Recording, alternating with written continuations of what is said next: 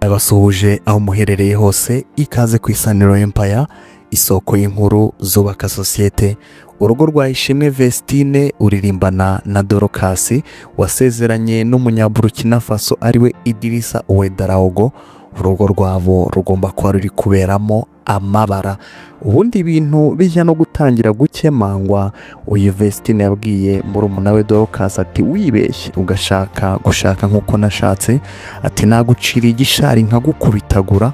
Icyo gero byaciye amarenga yuko rwose mu rugo agomba kuba atamerewe neza. Ikindi kandi uko yakoraga ikiganiro byagaragaraga yuko ari umugore utarashima hari urugo.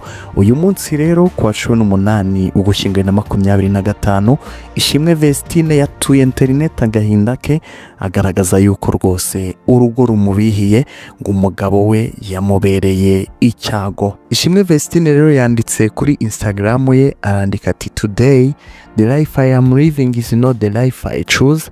Ati uyu munsi ubuzima ndi kubamo rwose ntabwo ari ubuzima nahisemo. Ati I am living in a bad situation and I didn't deserve this. Ati ndi kubaho mu buzima bubi kandi rwose ntabwo nkwiriye ibintu bibi nk'ibi. Ati I know I made a bad decision in my life but it's okay. Ati ndabizi rwose nafashe umwanzuro mubi mu buzima bwanjye, atari ko nyine nta kundi. Ati God allows something to happen so we can learn. Ati Imana rimwe na rimwe ihitamo yuko ibintu byaba kugira ngo nyine twige. Akomeza agira ati I have learned a lot, no man will ever lie to me again to destroy my life. Ati nize byinshi, ati nta mugabo uzongera kumbeshya ukundi kugira ngo nyangirize ubuzima. Ubwo niba nta wundi mugabo uzongera kumubeshya, wasanga ahubwo uyu baramaze no gutandukana cyangwa se we mu mutwe we yaramaze kumusiba. Akomeza agira ati the next man I choose to be with I will first get to know him well. Ati undi mugabo nzashaka mu gihe kiri imbere, ati nzafata igihe gihagije mumenye bihagije. Akomeza agira ati I will get to know his family, I know everything about him, no one will ever use me again. Ati rwose undi mugabo nzashaka mu hazaza hanjye nzafata igihe gihagije mumenye mwigeho, menye umuryango we, menye buri kimwe kimwerekeyeho. Ati nta mugabo uzongera kunkoresha ukundi. Ishimwe Vestine rero biragaragara yuko mu rugo atishimye. Uyu mugabo bahuye huti bahita bamushima ngo afite ngo amamiliyoni. Biragaragara yuko rwose mu rugo ibintu bitameze neza, umwana ari kwicuza. Ubwo rero yabyanditse agira ati rwose mbayeho mu buzima ntigeze mpitamo, ati mbayeho mu buzima bubi, ati bibi ntabwo mbikwiriye. Ati ndabizi nakufashe umwanzuro mubi mu buzima bwanjye atari ko nta kundi. Ati Imana hari igihe ihitamo yuko ibintu biba kugira ngo twige. Ati nize byinshi ngo nta mugabo uzongera kumbeshya ukundi ngo nyangirize ubuzima. Ati undi mugabo nzahitamo nzafata igihe gihagije menye umuryango we, menye buri kimwe, kandi rwose ngo nta mugabo uzongera kunkoresha ukundi ngo nyangirize ubuzima. Uyu mwana w'umukobwa nako ni umugore ntakiri umukobwa, ubundi afite imyaka 22, umugabo we afite imyaka 36, ni umunyaburukina Faso kwa Ibrahim Traore. Murabizi bakoze umurenge mu ibanga rikomeye, Vestine baramufashe rwose bamujyana mu ibanga rikomeye, ubwo barabasezeranya byabaye muri Mutarama mu murenge wa Kinyinya. Icyo gihe rero uyu mugabo urusha umugore we imyaka 14 ahita amugira umugore. Ubwo rero kuva icyo gihe byakomeje kuba mu ibanga, hanyuma muri Nyakanga basezerana imbere y'Imana, bemeranya ko umugabo n'umugore rwose. Byabaye ku wa 5 Nyakanga 2025. Vestine araseka, ako mugabo nta na rimwe yigeze agaragara ari guseka. No mu mafoto atandukanye ubona yuko rwose umugabo ari umuntu uri seriye, mbyite gutyo. Bigaragara yuko ibyo guseka bigomba kuba biri kure. Ibintu byagiye binagarukwaho abantu bakavuga bati ubundi uyu mugabo utajuseka ese nuko baseriye. Ati se wenda niko abanyaburukina Faso babamera, bakavuga bati nyamara wasanga ibintu mu rugo bitameze neza. Hari amakuru yagiye acacara avuga yuko ngo ubundi uyu mugabo nta kindi ngo yakundiwe ngo nuko afite ibifaranga byinshi, ngo yakubise hasi ibifaranga. Abantu baravuga bati ahubwo umugabo n'uyu, kandi ngo aho ifaranga rikubise ahita horoha, ibindi ngo bitsa byibagirana iby'urukundo iby'ibiki ngo biba byarangiye. Murabizi kandi muri iki gihe abantu basigaye bona bafite amafaranga bakavuga bati ibindi ubundi umuntu agahita ashaka n'umuntu adakunze atigeze anakunda atazi buri kimwe ngo nuko nyine ngo amubonye gutyo ngo afite amafaranga. Murabizi n'undi mukobwa w'umunyarwanda uherutse gutererwa ivi n'umugabo wo mu burengerazuba bw'isi, nawe ntazi waho w'umusore ntiyigeze agerayo, nawe ntawamenya wasanga bibaye nk'ibyuyu washakanye n'umunyaburukina Faso.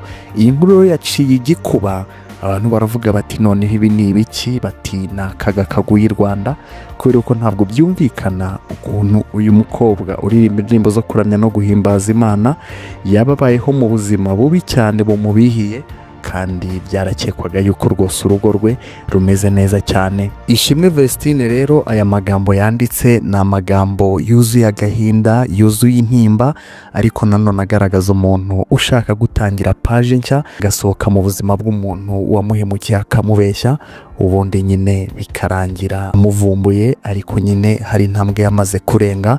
Ari nayo mpamvu rwose yagaragaje agahinda gakomeye, agaragaza yuko rwose atishimiye ubwo buzima abayemo. Ubundi ibi bintu ntabwo biri kuvugwaho rumwe. Ishimwe Vestine rero yashakanye n'uyu Uwedraogo mu birori byabereye mu Ntare Conference Arena, byari byuzuyemo ibyishimo, indabo n'amasezerano y'igihe kirekire, abantu bakavuga bati ahubwo iyi niyo couple. Icyo gihe murabizi Vestine nabwo yari amaze igihe asoje amashuri yisumbuye, nuko nyine bahita bamufatirana, nuko bamugize umugore. Mu kiganiro yari yagiranye na MUGABO, Ishimwe Vestine yari yasobanuye ko urushako ari nko kwinjira mu gihugu utazi, ngo bisaba kubanza kukimenya, kukiga no gukuramo amasomo akomeye. Ati ntabwo ndamenya ibintu birenze cyane kuko ntabwo mpamaze igihe cyane, ntabwo nabwira abantu nzi bimeze gutya na gutya. Ati naba ndi kwigira umuntu w'inzobere cyane, kandi nanjye nta gihe kinini mpamaze. Ati kujya mu rugo ni nko kujya mu gihugu utarumenyereye, bigasaba kuhiga. Ati byarangoye sinabeshya. Yakomeje abwira murumuna we kwitondera kurushinga, akaba yaragize ati natekerezaga ubuzima mbayemo na ba Dorokasi, ariko bitewe nuko mama yangiraga inama naramenyereye nta kibazo. Ati mwana wanjye, abwira Dorokasi, ntuzashaka ukiri muto cyane uzawuretse. Ati aramutse ashatse akiri muto namucira inkoni nkamukubita, nge byari umugambi w'Imana. Ni amagambo yasaga rero nko gutebya, ariko arimo ukuri kwinshi kandi akomoza kuko yarabayeho mu rugo rwe. Kamikazi Dorokasi nawe yunzemo, avuga yuko nyuma yo kurongorwa k'umuvandimwe we nawe yananiwe kwiyakira. Yagize ati ubukwe bukirangira ntabwo nabyumvishaga, ahubwo numvaga bitanabaye. Ati bwari bwabaye kuwa gatandatu, njya ku ishuri kuwa mbere mfite ikizamini cya leta kuwa gatatu. Ati nahise njya mu banyeshuri, ntabwo nabyumvishaga ko Vestine yashatse. Ati dore ngo mveyo rero mama niwe wabimbwiraga, yageraga akavuga ngo sinjya ku meza utari waza. Ati kurya byari byananiye ntabwo mwabyumva. Ati ni umuntu twakuranye kuva kera, noneho yari ameze nka mama wanjye muto. Ati ni umuntu wanyitagaho, naba ntari kurya akambaza impamvu akantera imbaraga. Ati rero nta kumuhamagara nijoro kuko ni umuntu wubatse, nararanaga nawe, noneho ni umuntu wanga kwirarana. Ati yari umuntu dusengana, nabonaga nijye nyine kuko ni umuntu twakuranye, naganirizaga byose, ndamubura rero sinamubuze burundu. Atariko ntabwo mufite. Yakomeje avuga yuko yagize agahinda gakabije ku buryo ngo yanamuhamagaraga saa 9 z'ijoro mu akajya kumuraza, kuko ngo rero ngo byari bimukomereye cyane. Na Vestine rero nawe ntabwo byamworoheye, yasabaga mama we ko yajya amwohereza umunabe bakamusura cyane, kuko ngo iby'urushako ntabwo byari bimworoheye, byari bimukomereye cyane. Uyu mukobwa rero ibyo yanditse bigaragaza yuko rwose atishimiye urugo arimo, bikanaburira abijyana mu nkundo za hutihuti ngo yafite amafaranga, ngo nashaka bari umusaza bari iki, ukaba utamuzi wowe ukavuga uti nyine atuyu nuko ngo afite amafaranga byonyine, ubu hari igihe bizajya birangirira mu marira. Uyishimwe Vestine rero nawe nuko ibye yaje kurangira, abantu bakaba bahise bumirwa. Ngayo nguko rero ukuri kwagiye hanze, ntawamenye ibirakurikiraho, wasanga byanasibwa cyangwa se hagatangwa ubundi busobanuro, ariko kuri burya kuba kwagiye hanze. Ngayo nguko duhure mu bindi biganiro.